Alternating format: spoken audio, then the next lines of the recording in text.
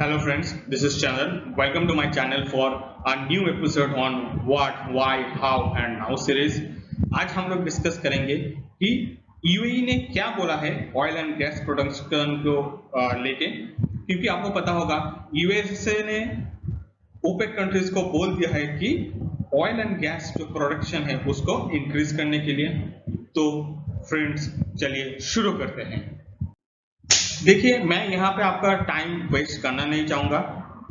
UAE ने exact क्या बोला है ये आप जो सीएनबीसी है यहाँ पे जाके एक बार आप देख लीजिए कि आपको पता चल जाएगा।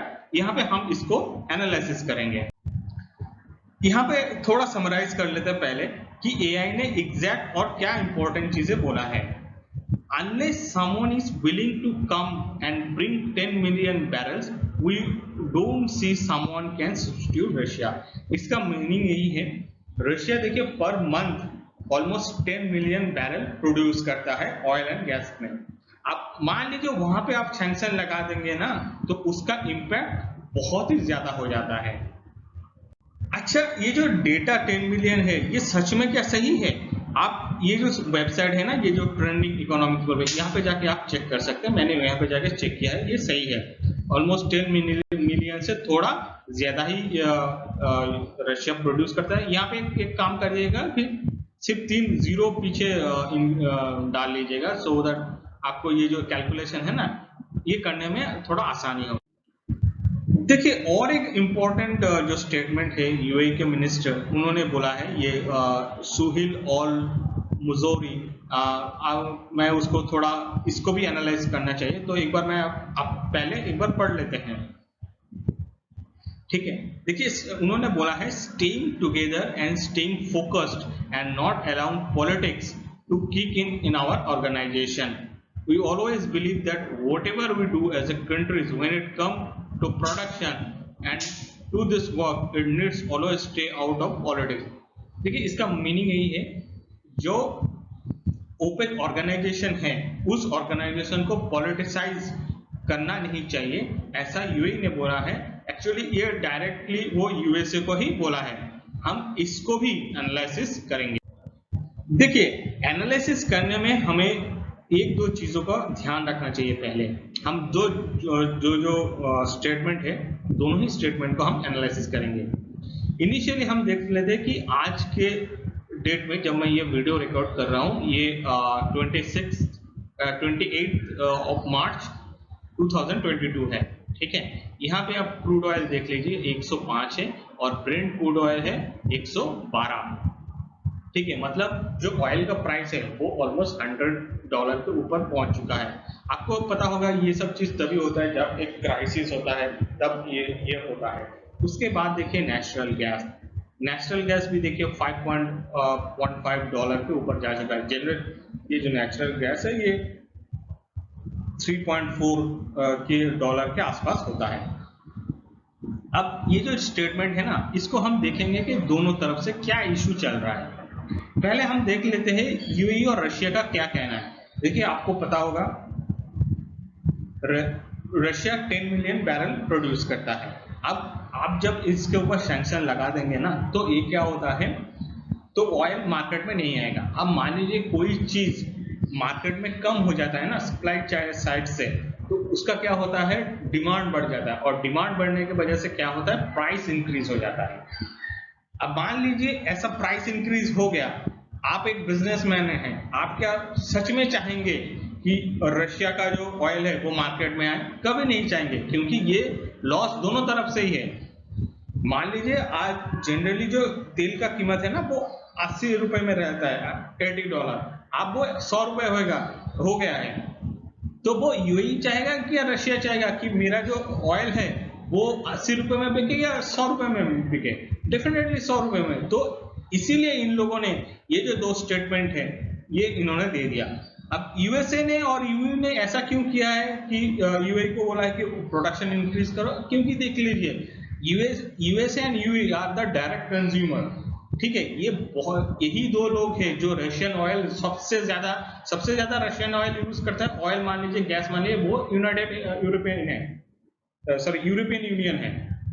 यूएसए थोड़ा कम करता है। तो अब ये आता है कंज्यूमर के साइड पे, तो मतलब वही होता है, मान लीजिए आप हमारा नॉर्मल घर में एक सोच लीजिए, घर में क्या था, हम लोग क्या करते हैं, तेल खरीदते हैं ना। अब वो मान लीजिए सनफ्लावर का जो ऑयल है वो अभी बन गया है 170 180 के आसपास हो गया है, ठीक है, जो पहले 130 या 140 में मिलता था। तो अब मान लीजिए मुझे 30 या 40 रुपए एक्स्ट्रा पे करना पड़ रहा है ना, इसीलिए यूएसए ने और यूयू ने बोला है कि प्रोडक्शन इंक्रीज करने के लिए। अच्छा, ये एक नॉर्मल आपका जनरल नॉलेज के लिए मैंने यहाँ पे डाल दिया है, आप देख लीजिएगा। जो यूएसए सॉरी रशिया है ना, इनका जो सबसे ज्यादा प्रोडक्शन होता है ये वेस्टर्न साइबेरिया में, 50% से भी ज्यादा ऑयल प्रोड्यूस करता है यहाँ से। अच्छा, अब हम लोग देख लेते हैं कि अब सोल्यूशन क्या है। देखिए, सोल्यूशन में एक है वेनेजुएला, ये हो सकता है, लेकिन अब वेनेजुएला का आप मान लीजिए यहाँ पे आप 3 जीरो लगा लेंगे ना, तब इनका जो प्रोडक्शन है ऑलमोस्ट वो मतलब 1 मिलियन भी नहीं है, मतलब 1 मिलियन से थोड़ा कम है। 1 मिलियन मतलब 10 लाख होता है, उससे कम मतलब 8 लाख के आसपास ऐसा है वेनेजुएला। अच्छा, हम लोग अब देखिए, वेनेजुएला तो total monthly maximum 8 lakh oil produce कर सकता है पूरा मंथ में, लेकिन एग्जैक्ट प्रॉब्लम कहाँ कहाँ पे होगा देख लीजिए। वहां पे जो यूएस है ना, यूएस पहले बोलते हैं मादुरो को कि वो डिक्टेटर है, उसके बाद क्या किया, वेनेजुएला के ऊपर सैंक्शन लगा दिया, ठीक है। और वेनेजुएला का देखिए, ये जो सैंक्शन है ना, ये 13-14 उस टाइम से स्टार्ट हो गया था। तो देखिए, वेनेजुएला आज से भी स्टार्ट कर देगा ना, तो उनका जो आउटपुट है ना वो उतना नहीं आ पाएगा, मतलब वो 7-8 लाख ऐसे ही बोलता है, लेकिन वो आएगा नहीं उतना, मतलब जो रशिया का है वो है 10 मिलियन बैरल, उसको ये मैच नहीं कर पाएगा वेनेजुएला। उसके बाद देखिए, मान लीजिए वेनेजुएला आज से भी स्टार्ट कर देगा, तो at least it will take years for Venezuela to match the supply और सॉरी मैच द डिमांड, ठीक है। और ये देखिए, आपने मैंने यहाँ पे पिक्चर लगाया है, ये वर्जिन अमेरिका है, आप शायद बहुत लोग वेनेजुएला गए होंगे, तो ये चीज एक बार घूम के आ जाएगा, ये बहुत खूबसूरत सा चीज है। देखिए, यूएसए के पास और एक सोल्यूशन है, मतलब ऑल्टरनेटिव्स है, वो है ईरान। अब ईरान भी देख लीजिए आप, ईरान का भी प्रोडक्शन उतना नहीं है, लेकिन आप बोल सकते हैं ईरान 2 मिलियन बैरल प्रोड्यूस कर सकता है पर मंथ। देखिए, ईरान तो 2 मिलियन बैरल प्रोड्यूस कर सकता है, लेकिन ईरान में एग्जैक्ट प्रॉब्लम कहाँ है, ईरान में प्रॉब्लम यही है, यहाँ पे भी वो सैंक्शन लगा हुआ है, आपको पता होगा कि वो न्यूक्लियर वेपन डेवलप कर रहा है, तो इसकी वजह से यहाँ पे सैंक्शन लगा हुआ है। उसके बाद देखिए हाउथी रिबल्स, ये हाउथी रिबल्स को ये स्पॉन्सर करता है ईरान, और ये हाउथी रिबल्स आपको पता होगा कि सऊदी अरेबिया या मान लीजिए यूएई वहां पे जाके जो उनका ऑयल गैस फैसिलिटी है वहां पे अटैक करता है, ठीक है। उसके बाद joint comprehensive plan of action, ये एक्चुअली वो न्यूक्लियर डील है जहां से यूएसए ने यूनिलैटरली पुल आउट कर लिया, ठीक है। उसके बाद देखिए, यहाँ से भी प्रॉब्लम वही होगा कि ईरान आज से भी प्रोडक्शन स्टार्ट कर लेता है, तो मान लीजिए उसके ऊपर सैंक्शन हट गया, उसके बाद प्रोडक्शन स्टार्ट कर लेता है, लेकिन at least it will take a month to at least supply that much of oil to the world. देखिए, इतना दूर तक तो हमने देख लिया व्हाट व्हाई हाउ, अब एक्चुअली यूएसए का गेम क्या है उसको थोड़ा समझ लेते हैं। देखिए, यूएसए का अल्टीमेटली गेम है पूरा वर्ल्ड को रिन्यूएबल एनर्जी की तरफ पुश करना। अब ये रिन्यूएबल एनर्जी की तरफ पुश क्यों करना चाहता है, मतलब यूएसए क्या सच में दुनिया के एनवायरनमेंट या क्लाइमेट के बारे में इतना सोचता है? ऐसा कुछ नहीं है, ये सब बकवास चीज है। यूएसए जस्ट वो स्पेशली इंडिया, चाइना, ये कंट्री को पनिश करने के लिए कि इनका जो इन्वेस्टमेंट है वो न्यूक्लियर एनर्जी में हो कर लीजिए या सोलर में या विंड में करवाना चाहता है। उसका रीजन ही वही है क्योंकि जो जो बहुत हाई एंड टेक्नोलॉजी है ना वो यूएसए या यूरोप के पास ही है, ठीक है। अब मान लीजिए इन लोग को स्टैब्लिश करना स्टार्ट कर देगा ना, प्लांट लगाना, तो इनके पास जो टेक्नोलॉजी नहीं है वो टेक्नोलॉजी किसके पास है, वो तो यूएसए यूयू के पास है। अब तो फिर अल्टीमेटली पैसा किसके पास जाएगा, वो यूएसए यूएई के पास जाएगा, ठीक है। तो ऑब्जेक्टिव वही है। अदरवाइज यहाँ पे मैंने एक डेटा डाल दिया है, आप इसको देख सकते हैं। ठीक है, आप मान लीजिए सोलर पावर में ना आप मतलब 1 मेगावाट पावर जनरेट करने के लिए आपको 500 यूरो इन्वेस्ट करना पड़ता है। सिमिलरली आप विंड में देख लीजिए 600, हाँ ये विंड टरबाइन ये भी 750, न्यूक्लियर में भी देख लीजिए 313, कोल में भी है। देखिए कोल में थोड़ा मुझे लगता नहीं कि ये डेटा सही है, लेकिन मैं एक चीज आपको बोलना चाहूंगा, 475 है और ऑयल प्लांट मान लीजिए 417।